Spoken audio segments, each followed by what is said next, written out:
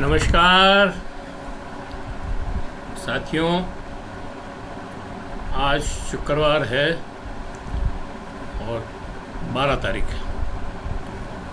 शुक्रवार को अब हम अशोक जैन से बात करेंगे। अशोक जैन कवि हैं, लेखक हैं और अच्छे चिंतक भी हैं और इनके तकल्लुफ़ है मंथन, अशोक मंथन। तो इनसे बात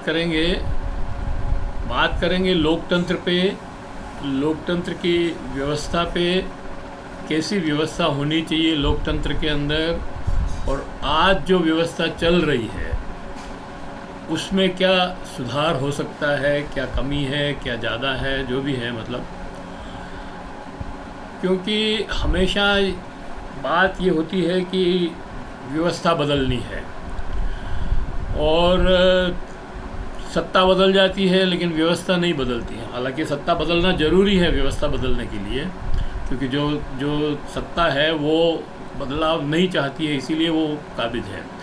और अगर वो बदलाव चाहती होती तो फिर उसको बदलने की ज़रूरत ही नहीं पड़ती और व्यवस्था भी बदल जाती। तो व्यवस्था, सत्ता को बदलने के साथ साथ व्यवस्था में कैसे परिवर्तन हो और क्या परिवर्तन हो, सबसे बड़ा सवाल ये है कि इस पे एक मत होना ज़रूरी है कि हमको क्या परिवर्तन चाहिए और किस तरह के परिवर्तन हो ताकि हमारा जीवन और ज़्यादा बेहतर हो सके। आज जो व्यवस्था है वो पूरी तरह से अन्यायपूर्ण व्यवस्था है कि मैं कह सकता हूँ। इसमें न तो समानता है और न इक्वल अवसर भी पूरे नहीं है।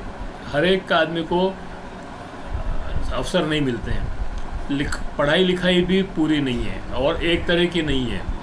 कोई आदमी विदेश में पढ़ने जा रहा है, कोई यहाँ पर बड़े बड़े कॉन्वेंट स्कूल और बड़े बड़े प्राइवेट स्कूलों में पढ़ रहा है, कोई बच्चों के गाँव में सरकारी स्कूल हैं उसमें टीचर भी नहीं है।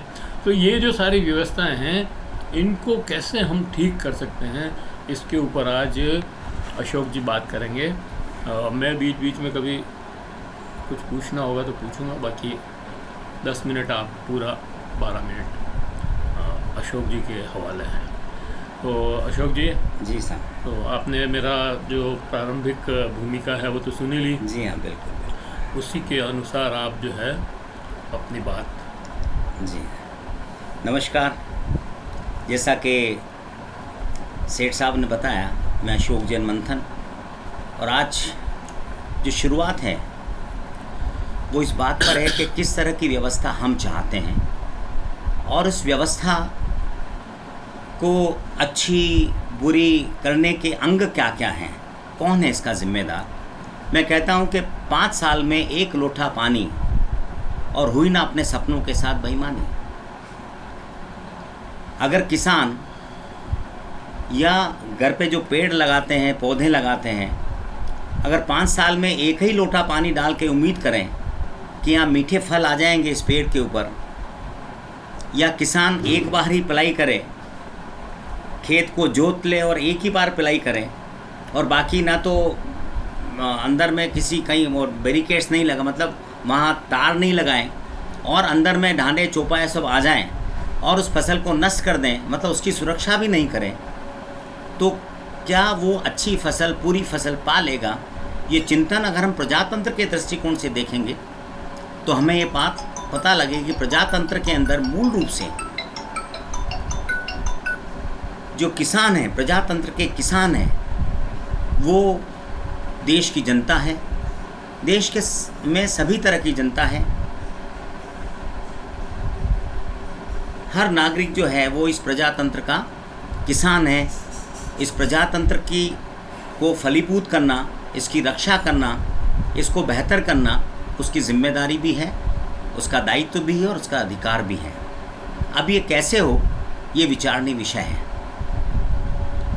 आम आदमी या सभी आदमी, चंद बहुत ही कॉरपोरेट या जो बहुत ही उच्च स्तरीय अमीर आदमी हैं उनको छोड़ दें, बाकी के जो मध्यम वर्गीय हैं, निम्न मध्यम वर्गीय हैं, सभी जात के, सभी पात के, सभी धर्म के, वो सभी करीब करीब आम आदमी के रूप में ही हम मानते हैं।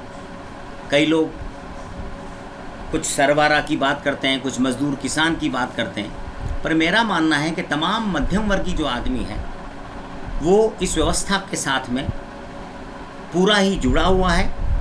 इस व्यवस्था के अच्छे या बुरे होने के साथ साथ उसका जीवन भी अच्छा या बुरा होता है। पर इस बात को अगर हम अपने देश में समझें तो मैं कहूँगा कि नहीं के बराबर लोग ही समझते हैं कि हमारी इस प्रजातंत्र को अच्छा करने के प्रति कुछ जिम्मेदारी है।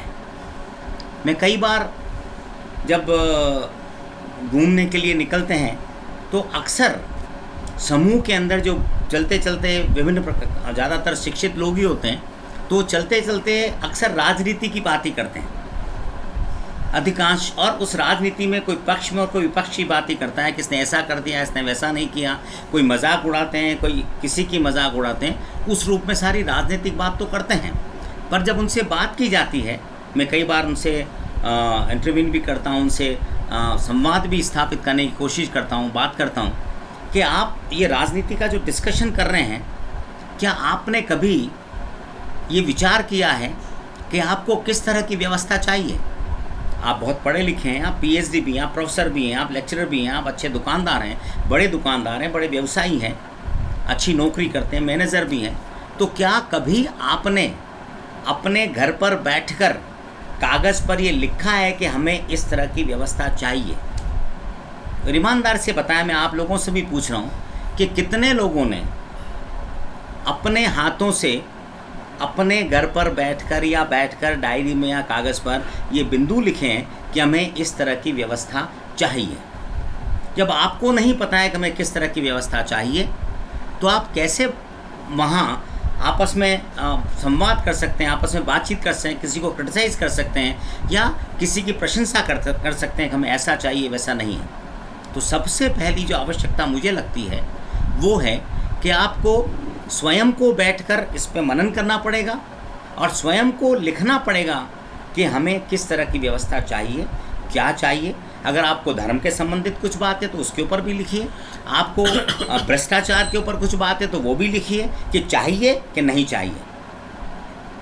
जब भ्रष्टाचार की बात भी करेंगे तो जब कहेंगे चाहिए तो कहेंगे नहीं चाहिए, परंतु दफ्तर में या कहीं भी रिश्वत लेने या काम कराने के लिए रिश्वत देने में कहीं कोई हिचकेगा नहीं, तो वो कैसे कह सकता है मुझे भ्रष्ट व्यवस्था नहीं चाहिए?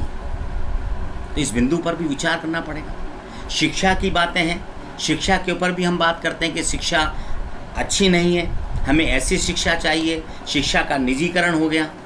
तो शिक्षा के ऊपर भी हमें कैसी शिक्षा चाहिए, क्या निजीकरण चाहिए नहीं चाहिए, और सरकारी शिक्षा जो है वो सभी के लिए एक समान शिक्षा में चाहिए, तो वो भी किस तरह की होनी चाहिए? इस पर तो पढ़े लिखे लोगों को विचार करना चाहिए आपस में, और इस पर संवाद भी करना चाहिए। और एक खुशी की बात यह कि यहाँ महावीर समता संवाद में इसके ऊपर भी शिक्षा किस तरह की हो, कैसी हो, और इसके ऊपर भी संवाद हुए हैं और होते भी रहे हैं, निश्चित रूप से आगे भी होंगे। तो मूल रूप से फिर से हम वही बात आते हैं कि प्रजातंत्र में हर एक काम के लिए, हर एक अच्छाई और एक बुराई के लिए जिम्मेदार कौन है? क्या सिर्फ नेता लोग, सिर्फ राजनीतिक दल के लोग, या आम जनता?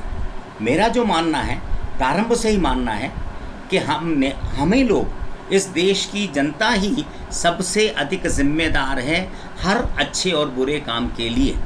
जितने भी गलत काम होते हैं, बुरे काम होते हैं, वो जनता की जागरूकता नहीं होने की वजह से होते हैं। अगर जनता जागरूक हो, जनता एकजुट हो और उसको पता हो कि हमें क्या चाहिए, तो कभी भी उनके द्वारा चुने हुए प्रतिनिधि कभी ना तो तानाशाह बन सकते हैं, ना कोई गलत काम कर सकते हैं, क्योंकि उनके ऊपर भय रहेगा कि जनता का इतना बड़ा समूह, करीबन मैं कह सकता हूँ 50%, 60% समूह अगर जागरूक है, अलर्ट है और हमसे बात कर सकता है, करता है और स्वार्थी नहीं है। मैं आपको इंटरप्ट करूँगा यहाँ। जी हाँ, क्योंकि समय हो रहा है। 2-3 प्रश्न मेरे इसमें आपके व्यवस्था के साथ जो आपने बातें कही उसके साथ है। एक तो ये कि आप जिस ऑडियंस को एड्रेस कर रहे हैं वो मध्यम वर्ग की बात कर रहे हैं आप, और मध्यम वर्ग तो कुल मिलाकर के 30% होगा ज़्यादा से ज़्यादा, है ना। लेकिन जो कमेरा वर्ग है, ख़ास तौर से जो किसान, मजदूर, आदिवासी, ये जो वर्ग है, और इसमें महिलाओं को भी हम जोड़ सकते हैं, ये जो वर्ग है इनकी बातों को कोई नहीं सुन रहा है। जो जिस ऑडियंस को आप एड्रेस कर रहे हैं वो तो इस व्यवस्था में खुश है, क्योंकि वो तो मतलब तगारी डालते डालते जो है आज इंजीनियर बन गया, या सब्जी काटते काटते या सब्जी बेचते बेचते आज जो है बड़े मकान में रहने लग गया, एसी लगा लिया, सब कुछ हो गया। तो वो उन लोगों की प्रॉब्लम नहीं है, प्रॉब्लम उन लोगों की है जिनको रोज़ की आज मतलब खाना भी नसीब नहीं हो रहा पूरी तरह से। 80 करोड़ लोगों को, ये तो सरकार कह रही है 80-83 करोड़ लोगों को हम मुफ्त में खाना दे रहे हैं, मतलब अनाज दे रहे हैं। वो कितना दे रहे हैं वो एक अलग बात है, और किसको मिल रहा है वो भी एक अलग बात है, पर जो सरकार कह रही है तो वो 80 करोड़ लोग, तो इसका मतलब ये है कि गरीबी की रेखा के नीचे ही हैं। तो जो गरीबी की रेखा के नीचे हैं उनसे हम ये अपेक्षा करें कि वो बहुत इंटेलिजेंटली, हालांकि इस बार बहुत अच्छा, मतलब इस बार के चुनाव में उन्होंने बहुत अच्छा प्रदर्शन किया, और संविधान के नाम पर, और संविधान नीचे तक गया, और संविधान से उनको लगा कि यार संविधान बदल जाएगा तो हमारे अधिकार ख़त्म हो जाएंगे, तो उन्होंने वोट भी किया। लेकिन फिर भी कुल मिलाकर के, क्योंकि जैसे स्कूल की बात है, तो स्कूल वो वहाँ के गांव के लोग उस स्कूल को नहीं सुधार सकते, स्कूल खोल नहीं सकते, स्कूल में टीचर नहीं लगा सकते, स्कूल के अंदर पढ़ाई कैसी हो ये वो तय नहीं कर सकते। नहीं सेठ साहब, मैं सहमत नहीं हूँ ना, आप बोल रहे ना नहीं हो सहमत। तो मैं जब तक ये बात उन लोगों के पास नहीं हो, ये अधिकार नहीं हो, पंचायत के लेवल पर अगर ये अधिकार मिले कि आप स्कूल में अपना टीचर लगा सकते हैं, आप अपनी व्यवस्था पढ़ाई की करवा सकते हैं, तो बात अलग हो जाती है।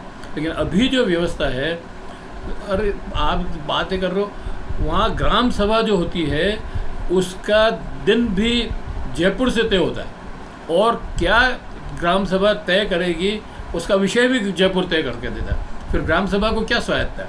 तो ये जो इशू हैं इनको भी हमको कंसिडर करना पड़ेगा, एड्रेस करना पड़ेगा। अब आप जो बिल्कुल सही आपने जो कहा है उसके लिए ऊपर निश्चित रूप से, चूँकि आज से शुरुआत करी इस प्रजातंत्र के ऊपर, इस व्यवस्था के ऊपर, हम जब इसके ऊपर बातें करेंगे, जो आपके सवाल हैं और भी आगे इस पर जवाब निश्चित रूप से आते रहेंगे। मेरा आज फिर से ये कहना है कि दो गाँव के अंदर भी जो हम बात करते हैं, एक वो है जो बिल्कुल खाना बदोशी ज़िंदगी जी रहा है, एक वो है जो गाँव का छोटा किसान है, जो गांव में रह रहा है, बरसों से रह रहा है, परंपरा से रह रहा है, उसके पिताजी भी रह रहे हैं वहाँ पर, तो उसको वहाँ भी उसको ये अधिकार तो है, वो नहीं उपयोग करता है, या उसकी चेतना के अंदर, या वो डरता है, वो उपयोग अंदर में उसके है पर डरता है कि मेरा जो सरपंच है, मेरा जो सरपंच है या ये है, परंतु जब वो वोट देने जाता है, सरपंच से भी बात, वो ठाकुर जो है वहाँ का, जो भी ठाकुर है, जो भी उससे डरता है, तो कहीं आप उसका डर निकालने के लिए जो है हम जो बात कर रहे हैं, वो उसका डर निकालने के लिए धीरे धीरे जब चेतना का समग्र रूप से विकास होता है, तो जब शिक्षित वर्ग भी जागरूक अगर होता है, तो उसका प्रभाव आप देखिए कि आज़ादी के टाइम और आज़ादी के पहले कई ऐसे शिक्षक थे जो कि गांव में रहते थे। गांव में उन्होंने गांधी जी की आज़ादी की बात, भगत सिंह की आज़ादी की बात, चंद्रशेखर के आज़ादी की बात, और यहाँ तक कि विभिन्न प्रकार के जो जनचेतना का जो काम था वो वहाँ पर जाकर करते थे और देश को आज़ाद कराने की बात करते थे। वहाँ पर इसीलिए गाँव में भी, गाँव के अंदर भी भगत सिंह, चंद्रशेखर आज़ाद और गांधी जी के अनुयायी या गांधी जी की बातों को मानने वाले लोग बाग हुए। इसीलिए जब गांधी जी का एक आह्वान होता था तो गांव के अंदर भी लोग बाग जो है वो निकल कर बाहर आ जाते थे, वो भी जो कार्यक्रम होता उस कार्यक्रम के अंदर भागीदारी करते थे। तो आज की तारीख में भी हमें वही काम जो है, हमें मतलब यहाँ का जो शिक्षित वर्ग है, जो मध्यम वर्गीय वर्ग है, जिसके अंदर चेतना है, अभी तो सवाल जो 30% की आप बात कर रहे हैं, उस 30% के अंदर भी क्या 10% लोगों में वो चेतना है, वो चाहते हैं, उन्होंने लिखा है। जब नहीं है, जब नहीं है तो सबसे पहले जो बात है वो बात ये है कि उनके अंदर चेतना का विकास है, उनको पता लगना चाहिए। मेरा आज क्या कहते हैं, घोषणा पत्र आ गया मैं राजनीतिक दल की बात कतई नहीं करता हूँ बिल्कुल।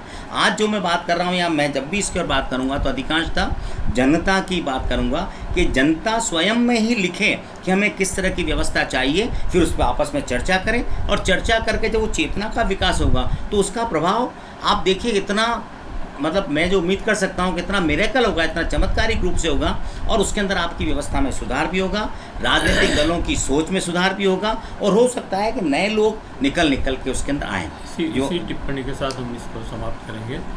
और मैं ये कहना था आपको कि ये जो मध्यम वर्ग है ये तो इस व्यवस्था से खुश है।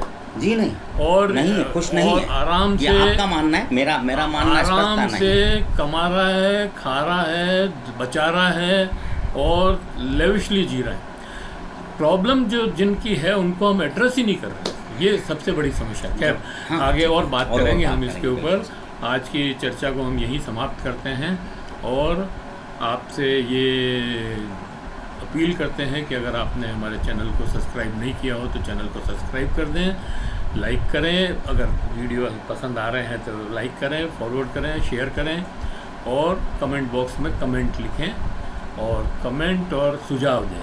कमेंट और सुझाव जो है आपके हमारे को आगे बेहतर करने में मदद करते हैं।